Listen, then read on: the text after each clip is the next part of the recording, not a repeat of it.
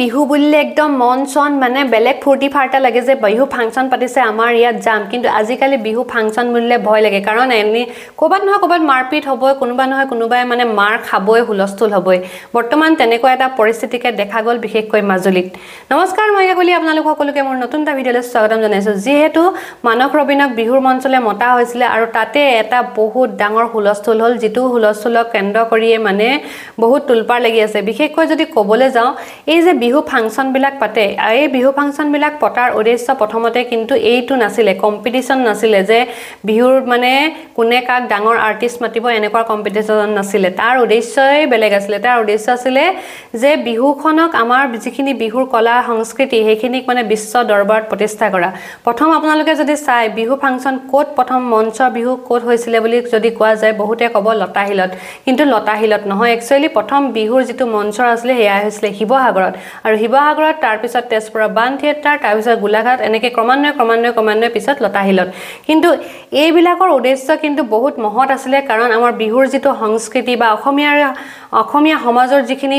সংস্কৃতি আছিল হে সকলোখিনিক মানে সকলোৰে লগত চিনাকি কৰি দিয়ে আজিকালি কিন্তু বিহু পতাৰ উদ্দেশ্যটো বেলেগ মানে বিহুৰ এটা কম্পিটিশন তহতি যদি পাতিছ ময়ো পাতিম মানে এনেকুৱা গ্ৰুপ থাকে আৰু গ্ৰুপ খিনিয়ে কি হয় কোনে কিমান ডাঙৰ আৰ্টিষ্ট মাতিব পাৰে এনেকুৱা এটা কম্পিটিশন হৈ যায় আৰু কম্পিটিশনটো হৈ যোৱাৰ লগে লগে কি হয় এৰিয়াটোতো মানুহখিনি একেখিনি কোনে কিমান দান কৰিব আৰু তাতকৈ দুখৰ কথা কিছুমান বস্তু দেখি বেয়া লাগে আপোনালোকে ৰাস্তায় যোৱা মানুহবিলাকক পা যে চান্দা তুলে কোন কলৈ গৈছে কেতিয়াবা যদি বেমাৰ দেখাবলৈ গৈছে বা কোনোবা খবৰ কৰিবলৈ গৈছে কিবা কৰিবলৈ গৈছে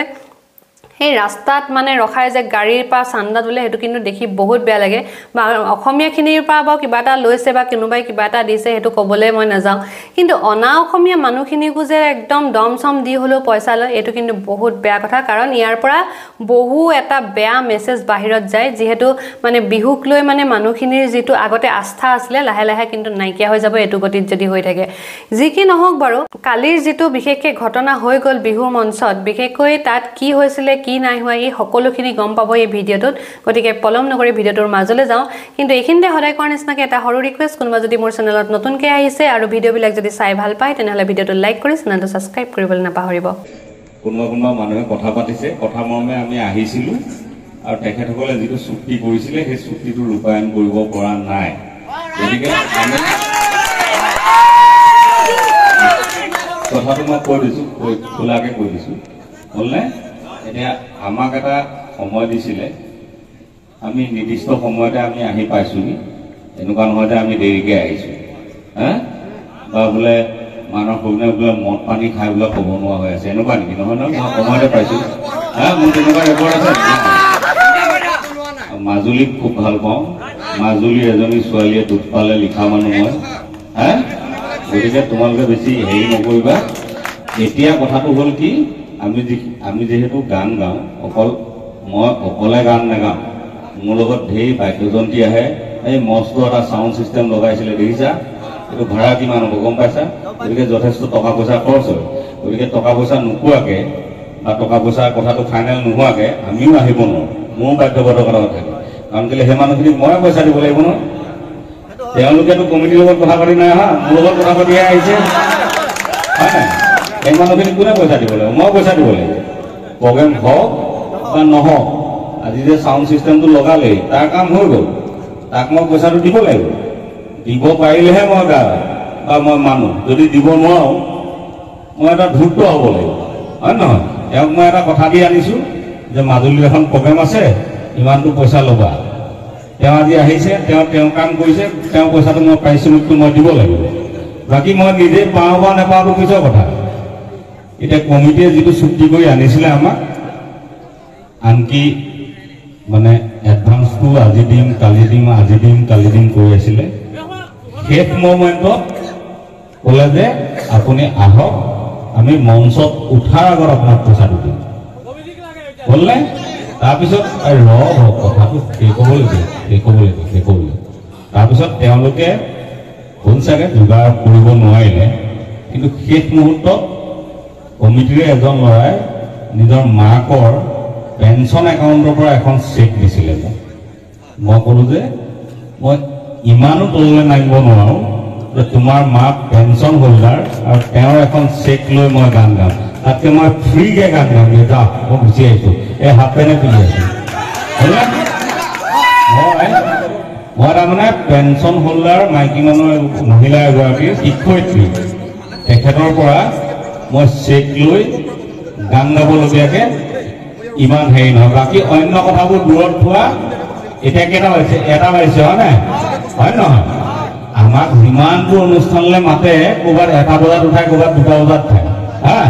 গতিকে অন্য অনুষ্ঠান থকা হ'লে আচলতে একো দেৰি হোৱা নাই অন্য অনুষ্ঠান নাছিল কাৰণে কিবা এটা খেলি মেলি হ'ল খবৰটোক মৰিখন কৰি কমিটি ল'ৰাকেইটা ইয়াৰে ল'ৰা বিদেশৰ ল'ৰা নহয় মই মাজুলীক ভাল পাওঁ আহিছিলোঁ তেওঁলোকে যিমতে কৈছিলে সেইমতে টকা পইচা দিয়াকেইটা দিব পৰা হ'লে ভাল পাব কিন্তু দিব যিহেতু নোৱাৰিলে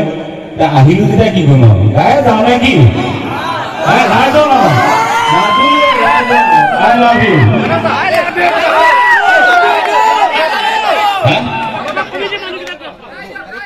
এতিয়া হ'ল এতিয়া শুনা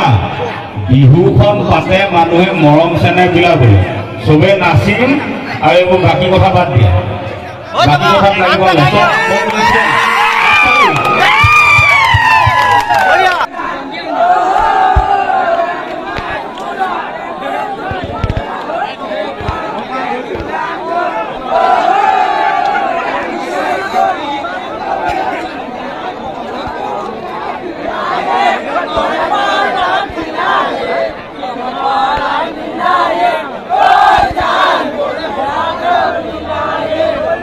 মাজুলীলৈ আহিছিলোঁ কথা এটা মনত পৰিছে কাৰণে কৈছোঁ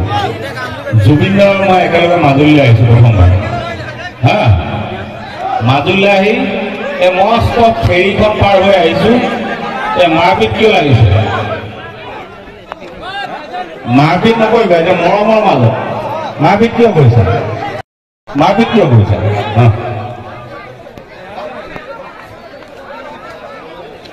হ'ব আৰু বহুতকৈ এটা মই এটা কমিটি বিচাৰি ফুৰিলোঁ সকলো শান্ত হ'ব লাগে আৰু চব আহি যাব এতিয়া ঘৰৰ ওচৰৰ মানুহ মাজুলী চব ঘৰত যদি বহিছে চব আহিব আমাক মিউজিক বজাৰ লগে চব আহি যাব ক'ত গ'লিছে